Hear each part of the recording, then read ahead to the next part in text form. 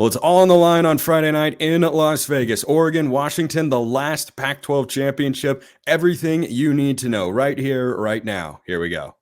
You are Locked On Huskies, your daily podcast on the Washington Huskies.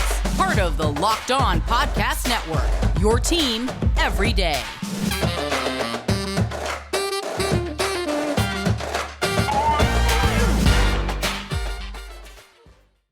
Welcome, everybody, to a special crossover edition of Locked On Ducks and Locked On Huskies. I'm Spencer McLaughlin, Locked On Ducks. The Locked On Huskies co-hosts are here with me as well, Roman Tomashoff and Lars Hanson. Roman's in the top right, Lars is on the bottom. I promise that was a random selection there. But everything is basically on the line right here for the Ducks and the Huskies in a rematch of what was one of the best games of the year in college football on October 14th. Roman, I'll start with you. I don't think the stakes can be much higher based on the committee's rankings. It seems like it's a win and in situation for both of these teams. Do you agree?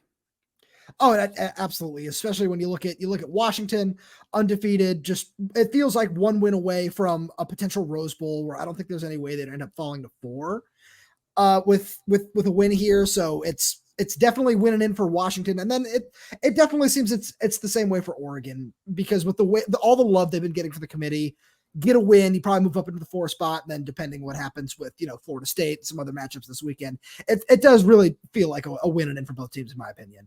Yeah, I think so as well. I think for Washington, it's a 100% certainty. And I think for Oregon, it's an 80% certainty is what I'd say. I think there is a scenario in which you could have absolute chaos, but that would come back to, how the committee values all this sort of stuff. But Lars, as we've gotten to this point in the season, Washington 12-0, Oregon 11-1, it has felt like these teams were destined to meet here after the game on October 14th, where everyone kind of looked at it and went, yeah, those are the two best teams in the Pac-12. And it turns out, yeah, those are the two best teams in the Pac-12.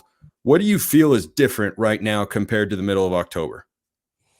I feel like there's a little bit more momentum on Oregon's side, even though Washington comes in with the better record. Oregon's played better over the last 5 or 6 games since that meeting in mid-October, and I don't think that's a close comparison at all. I mean, at Washington, you're squeaking by Arizona State, you're squeaking by Oregon State, whereas you look at Oregon, they've blown out all these teams. So Oregon's going to be coming in with more confidence, and thus that's why they're not in the half-point favorites, right? I mean, Washington won this game. They beat the 12-point spread last year, but Oregon is just coming in with all the momentum. And you're looking at it thinking, okay, what can Washington do to hang around and survive, more so than how does Washington dominate Oregon? I don't think anybody's saying Washington's going to dominate Oregon, but there's also a case to be made where Oregon might not dominate Washington, and we get the exact same result that we had in October, where it's, hey, two teams trading blows, couple stops here and there, and it comes down to last couple of possessions. I just see this game, these two teams, the last 2 years, that's what it's been like. Even at points in the game where, wow, Washington might have had the edge last year at second, third quarter. This year it was kind of Oregon was the other way around, where they get the stop in Washington on 4th and 1. And I think it's going to still be a fourth quarter game. I don't think Oregon's going to cover the 9-point spread, but I do think it's intriguing, and especially coming in with that momentum, they certainly have every right to be favored by that much. Yeah, I want to talk about that number because it is often a subject of conversation in the online sort of sphere. And I think 9.5 points is a big number. I think that's reflective of the public's confidence in Oregon. Now, Vegas opened the line at 7.5.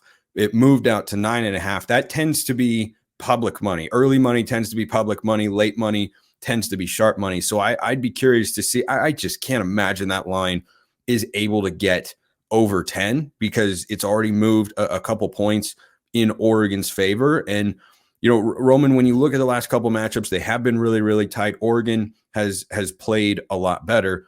I almost feel like that's a benefit for the Huskies because in any normal world, if we didn't have point spreads, if we didn't pay attention to anything like that, all the pressure would be on Washington, right? Because they're trying to go for, they've got the perfect regular season. They're trying to make it 13-0 and keep their winning streak going and everything like that.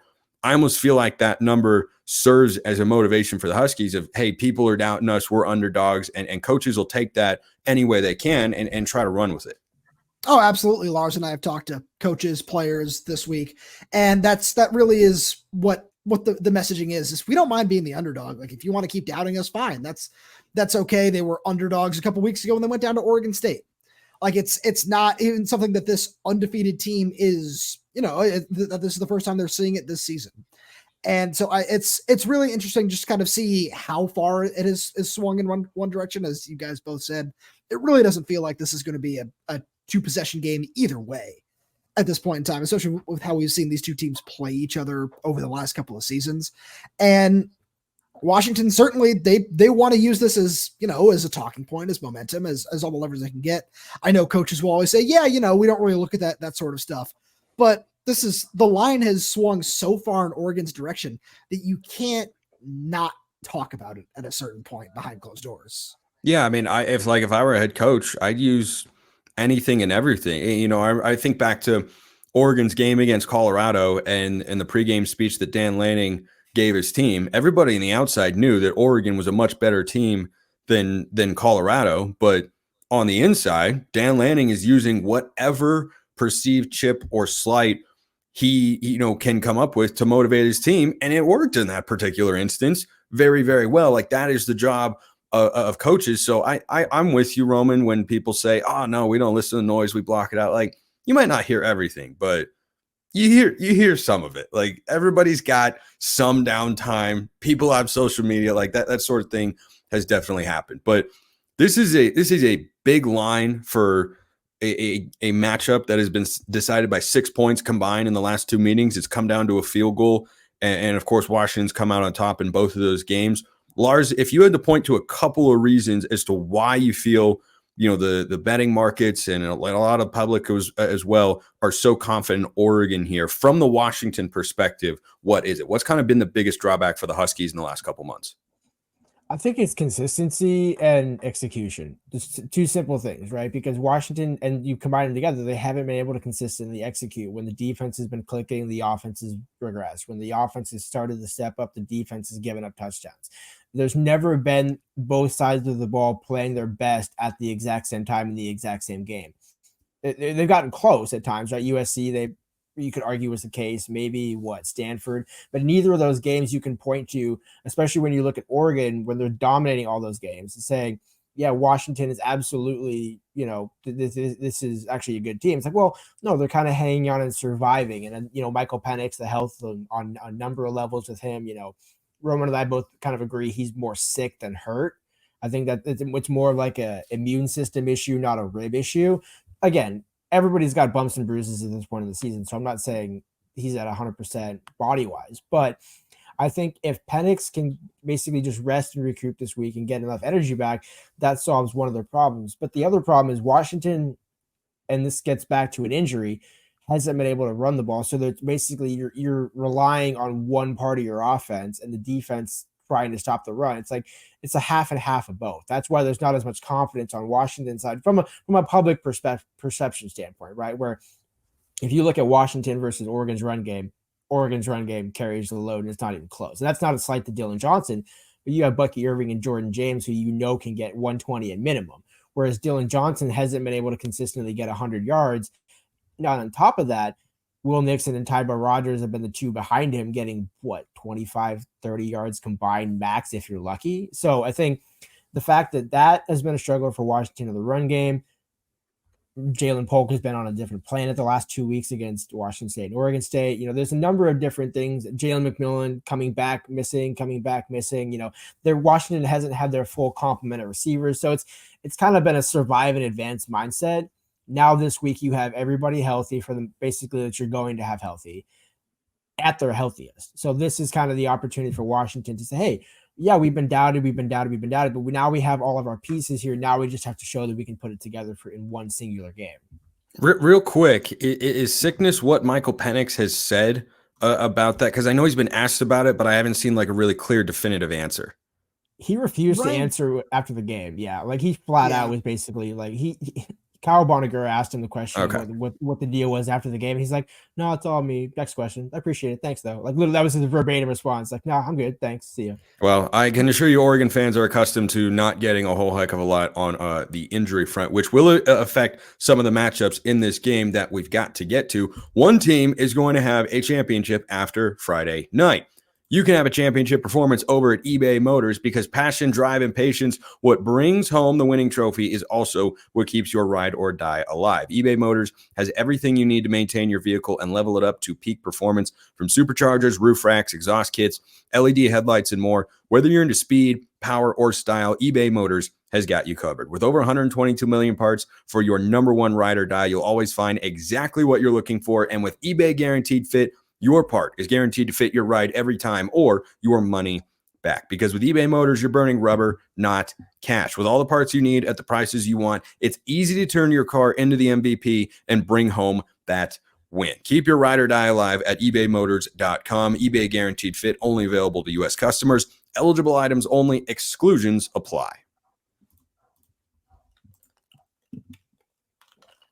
Alrighty, let's get into the matchups here, because there are a lot of similar ones, but there are also, I think, a couple of notable differences. One in particular, compared to the October 14th game. Now, he did go out in that game with an injury, but it doesn't appear, it hasn't been confirmed, again, what I'm talking about here, that Jaleel Florence is going to play, Oregon's number 2 cornerback. Kyrie Jackson is totally fine health-wise going into this one. That's their top defensive back. But it looks like Jaleel Florence isn't going to play. It'll be Dante Manning, who played well last week against Oregon State, which I think was great for the Oregon side of things. I also think the Washington receivers are much better than the ones at Oregon State. They're different body types, but seeing Manning play well certainly has to have him in a confident headspace going into this game. But Roman, Washington's offense, as Lars alluded to, is also feeling pretty good because they've been able to throw the ball against this Oregon defense the last couple of years. There are a lot of the same players in the secondary, whether you're talking about Dante Manning or Triquez Bridges, but not having Jaleel Florence there, I think is a plus for Washington in that department, as long as they're able to protect Michael Penix. Yeah, I do. One thing that I do remember from the first matchup between these two teams is that Washington scored a touchdown on, because Michael Penix threw 4 passing touchdowns. He threw 1 on each of Oregon's top 4 cornerbacks on the depth chart. There was 1 on Kyrie, there was 1 on Bridges, there was 1 on Manning, and there was 1 on Florence, if you go back and watch the film on that one. And so I'm definitely curious to see how that's going to impact this game. But the two matchups, and when I look at just kind of, especially Washington, health-wise, there are 2 big names that really didn't play. You talk about Jalen McMillan, who played a little bit in that first game, Spencer, against Oregon, had to leave in the first quarter. So getting him fully healthy and assuming is going to play a full game here is going to be huge for Washington's passing attack. But he's not the only guy on that side of the ball who didn't play in this first matchup. Right guard Julius Buelow didn't play in that game either. And when Brandon Dorlus was getting pressure, especially early on in that game, he was getting that over just the interior on the right side of the offensive line. So that's another one where Julius Buelow is a really good pass protector. He's 6'9" guard, so he's just got really good reach and is really good at countering some of the things that Brandon Dorlus likes to do. So I think that's really one place that he's got to be able to bring the quickness, though. That's Dorlus's most lethal trait. His ability to be quick on the interior. And I mean, I obviously the guy's big enough at 6'9", but I think that's kind of the test for him on the inside is, can he match Dorlus's quickness? Because Dorlus, remember, is a guy who can line up inside or outside.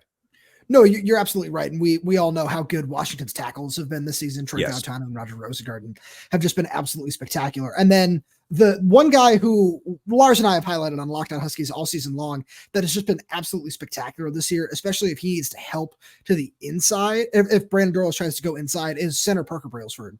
He's a redshirt freshman who has just played, and I don't want to say out of this world because, I mean, he's been spectacular, but as Lars and I have both talked to multiple players and coaches, Lars talked to some former players too, just said, this guy's unbelievable. We love him so much. And this is just kind of what he does.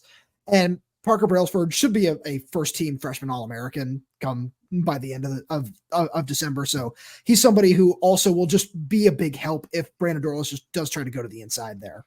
Yeah, and speaking of centers, Oregon's is not half bad himself. Jackson Powers Johnson should, in my view, be an All-American. Maybe I'm biased on that front. Who knows? But he's been quite good this year. But another matchup that I'm fascinated to watch in this game, Lars, is the running game for Oregon. So each of the last 2 years, I know the Ducks have lost, but Bucky Irving has looked like a man possessed, particularly against this Washington team. He has run all over the field, and Jordan James was really good in that first matchup as well. the Ducks have been able to run the ball. Curiously enough, the Oregon rushing attack does not come in red hot right now. They were held to just 4 yards a carry, which I think is their second lowest total of the season on a yards per carry average last week against Oregon State. And I think the Beavs' run defense has been consistently better than Washington's so far this year. But the Ducks actually haven't run for over 200 yards as a team since the Washington State game the week after the Ducks and the Huskies matched up. So coming into this game, I think Bucky Irving can be poised for a really, really big outing, or Jordan James. They've kind of been a hot hand department over the last couple of weeks in terms of who's getting the bulk of the carries. But Washington has struggled to tackle Oregon running backs. How do you feel about the defense in that regard going into this game? Well, I feel a lot better if Carson Bruner is the starting linebacker next to Adefano Lavoshio, because in that first game, I mentioned it to Roman on our show earlier on what's today, Wednesday, where I don't know. Nobody knows. Nobody cares. But the point is that Bucky Irving was stopped behind the line for I want to say like a 2-yard loss, and then out of nowhere scooted for 8 yards. Washington's tackling has improved enough, but it's because they've changed out certain players. Carson Bruner is a sophomore linebacker, a junior linebacker that's kind of emerged throughout the course of the season in place of Alfonso Tuputala.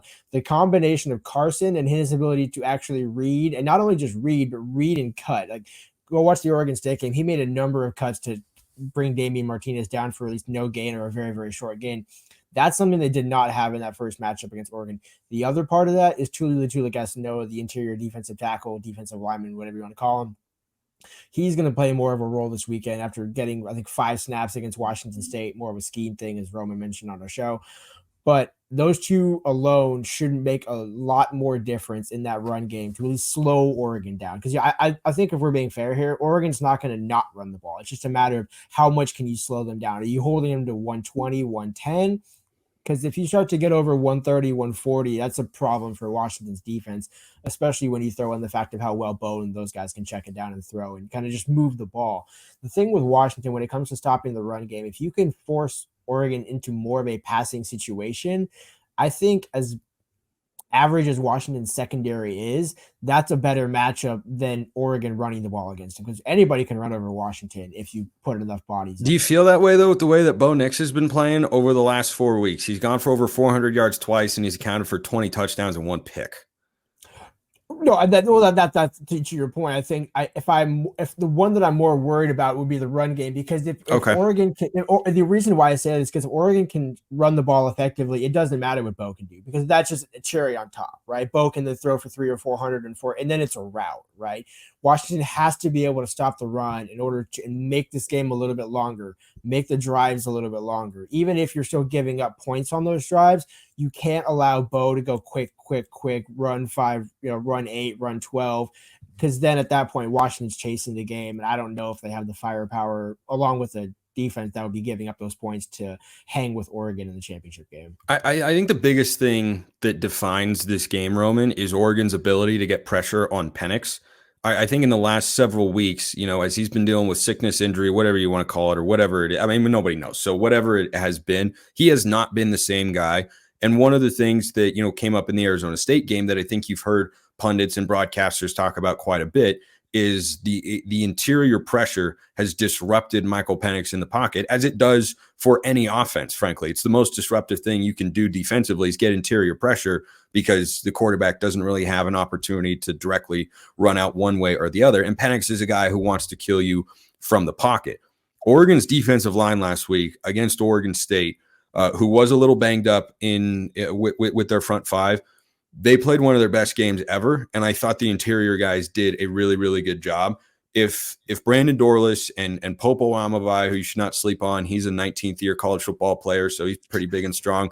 If those guys and Jordan Birch and the way that they blitz Jeffrey Bossa from the linebacker position, if those guys get pressure consistently, then I think Oregon covers that 9.5. If they don't, then I think you have a game that plays out a lot like the last 2 matchups have. So, Spencer, you're absolutely right. And that's where when I was talking about Julius Buelow earlier, it was kind of with that in mind. And we saw, because this is something that we saw a lot in the first matchup too, where Oregon's defense did a really good job of throwing some unique stunts and pressures at Michael Penix and this offensive line. And for the most part, they did a really good job of picking it up. And that's something where I'm very curious to kind of see how that's going to play out in round 2, where keep in mind over Oregon's last 2 games against Washington, they've recorded 1 sack.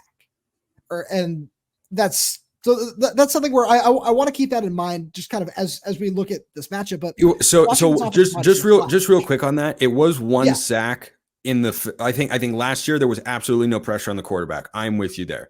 I think in this year's game there was 1 sack, but that was not reflective of the amount of pressure Oregon was able to generate. I think it was significantly better, not as great as I'd like it to be, but I think there was a lot more pressure than 1 sack would indicate. No, you're definitely right there. And that's something where Michael Penix would do a good job of getting the ball out, doing different things. But I think that the interior has solidified since that first time that these teams played, where you talk about the Arizona State matchup. That was the last game that Julius Buelow missed. And then over the last couple of games, we've seen, because Washington held Utah and Oregon State, they were able to just kind of negate those pass rushes really well. And Oregon has done a really, really great job getting after the passer this year. But I think that Washington's offensive line has done an equally good job just kind of doing its best to negate pressure at times. And there are times where there have been overload blitzes, there have been different things that have been able to cause the Huskies trouble. But with this front 5, which is as healthy as it can possibly be, Lars and I have talked about the injuries were guys that went out early in the season that haven't been able to return. It's just kind of ad nauseum at this point that, this is as healthy as it's going to be. And I think that they're so much better at, pass blocking than they are at run blocking, that it's going to be a big test, but I think that they're up for the challenge, in my opinion. Yeah, there are a lot of fun aspects to this game, and you can go look at some of them over on PrizePicks, which is the largest daily fantasy sports platform in North America, the easiest and most exciting way to play daily fantasy sports. It's just you against the numbers. Instead of battling thousands of other players, including pros and sharks, you pick more than or less than on 2 to 6 player stat projections, and you'll watch the winnings roll in. If you want to play alongside some of PrizePicks' favorite community players like rapper Meek Mill and Andrew Schultz, you can find community plays under the promos tab of the app. Plus, PrizePicks offers a reboot policy. So your entries stay in play even if one of your players gets injured. For football and basketball games, if you have a player who exits the game in the first half, which we hope does not happen here in this matchup on Friday, of course, and he doesn't return in the second, that player is rebooted. PrizePicks is the only daily fantasy sports platform with an injury insurance policy. So go check them out at prizepicks.com/lockedoncollege. Use code LockedOnCollege for a first deposit match up to $100. That's prizepicks.com/lockedoncollege. Use code LockedOnCollege for a first deposit match up to $100. PrizePicks, daily fantasy sports made easy. All right, so one fun thing that I've thought about in this game is that eventually it's actually going to happen, because I don't know about you guys. I have been actively trying to distract myself every single waiting moment of the week in the lead up to this game. I know some other Oregon fans feel the same way. I'm curious, because we talked about this a little with the point spread earlier in the show. Does Washington feel like the pressure? I'm just talking about the fan base here. Do the fans feel like the pressure is on the Huskies, or is the pressure on the Ducks? I think the pressure is kind of evenly balanced because of the way the season has played out. What do you guys think? I think it's definitely just kind of even, because Washington fans are absolutely in the same boat. Spencer, I'm very curious how you're kind of alleviating some of the stress, because, look at like with your background. I'm getting. Can you cry into some of these pillows behind you? I'm getting lost in my work. Luckily, I've had a couple of play-by-play broadcasts to do for Southern Utah this week, so that has really, really helped, because I've been, knee deep in prep for those games, and then when I go call them, like, I'm dialed in for about 2.5 hours. So, of the 24 hours in a day, I'm sleeping for 8 to 9 of them, 2.5 hours with calling the game. But once you add it up, there's still like another 8 to 10 hours to just think about this game, all the time. That's all I do, all day, every single day. I was playing basketball this morning. I was just, man, what's Oregon's secondary really going to look like in this game? No, I'm doing the same thing. I'll just be like, I could be taking a shower, I could be doing work, and I'll just randomly think, how's Dante Manning going to hold up against Jalen Polk? it'll just pop into my head, or I'll go, man, is Oregon really going to cover 9.5 points against a team that's beaten them twice in a row? Like, how are they going to handle the psychological factor of trying to get over the hump against the Huskies here? Lars, what do you think about that? What do you think about that? Because I think that I don't know that anyone on Oregon's side would admit it. I think it's absolutely in play, though. Like, there has to be something to playing a team that has ripped your heart out twice in a row. Yeah, I mean, I think there's an interesting balance because Oregon is the one-loss team, has to win the game no matter what to get in, right? Or at least to have a position to get in. And I certainly think Oregon with a win is in. The interesting thing for Washington, and I'm curious to get your thoughts on this, because the CFP has maintained the Pac-12 is the best one-loss team in the country, and it's been Oregon. But even after Ohio State lost to Michigan, they fell behind Oregon, right? Correct me if I'm wrong on that, but I'm not. Right? No, you are correct. You are correct. They fell to 6 and Oregon is 5. So now again, Washington's going to need some extra help with this. But if Washington loses, let's say 36-33 to Oregon, it's a close game and everything just happens to be on the last play, and Florida State loses and you kind of get a few other results going your other way, does Washington get that 4th spot? So they should. Okay, so as a one loss, yeah. Yeah, I think this is a fascinating topic. So Washington is guaranteed a slot in the top 4 if they're in. Oregon is most likely, I'd say, going to get a spot in the top 4 if they win, regardless of what happens elsewhere. There is a scenario, and it's not out of the realm of possibility, in which Oregon wins and they get left out. And the scenario involves Bama winning. If Bama wins, everything can go up in the air, because what you would have at that point is a 12-1 SEC champion Alabama team that went unbeaten in conference play and beat the number 1 team and 2-time reigning champs in Georgia. So I think that would be a tough team to leave out of it. Now, Texas is going to dog walk Oklahoma State because Oklahoma State is not actually a good football team. They're just pretending to be one. Texas is a good team. So they're going to run them out of the building. And at that point in time, you will not be able to leave out Texas. Michigan's going to beat Iowa because Iowa's not going to score a point. Final score of that game, 27-0. Book it right now. Michigan 27. Iowa's defense is legit. Michigan's offense is just okay. 27-0. Michigan is going to win the Big Ten championship. So they'd be in. Then you would be in a situation in which Alabama has to get in at 12-1. And Texas beat them on their home field by 10 points. You're not leaving them out, so they have to get in. So now your 3 spots all of a sudden are Michigan, Texas, Alabama, and then a Pac-12 champion would try to get in. But guess what? If Florida State beats Louisville, it's kind of hard to keep them out, even though they too will get absolutely boat raced in the 14 playoffs. So, I'm definitely, thinking about that. If Georgia beats Bama, I think Oregon's in no matter what. I don't think there's a scenario in which they can get left out, because the committee has consistently said, Oregon, we're more impressed with them than Texas. And people can debate that all they want, but that's the way the committee feels. And beating Oklahoma State cannot possibly be better than beating Washington, hypothetically, to the point where Texas then leapfrogs Oregon and they could be in a resume battle with whoever would be below them there. But on the Washington front, if chaos does ensue, let's say Oregon wins and you've got a pair of 12-1 teams, there is precedent for a 12-0 team that had a lot of close games that they won, losing a conference championship game, getting into the playoff. Can we all think of who that was? Bama. TCU last year. TCU. That's right, TCU last year just did it. So there is precedent for that. If it comes down to Washington or Ohio State, I would put Washington in because they played for a conference championship. Ohio State did not. And at that point in time, you'd have a 12-1 team against an 11-1 team. And Washington still has a good resume, by the way, because the Pac-12, after the non-conference slate, we all established was the deepest conference in the country. Everyone started beating up on each other. And so we've decided now that we're going to revert back to, no, the Pac-12 actually wasn't any good. Colorado and USC weren't as good as everybody thought. Utah is exactly as good as we thought. They're an 8-4 team, but they're not ranked because they're in the pack and whatnot. So if it comes down to Washington and Ohio State, which is perfectly possible, right? If Georgia wins, if Michigan wins, if Oregon wins, those are your top 3. Texas would probably have to lose. I think that is what would have to happen for Washington to get into the playoff. I think Texas would probably have to lose, but Your old pal Steve Sarkisian has blown games before, so you never know.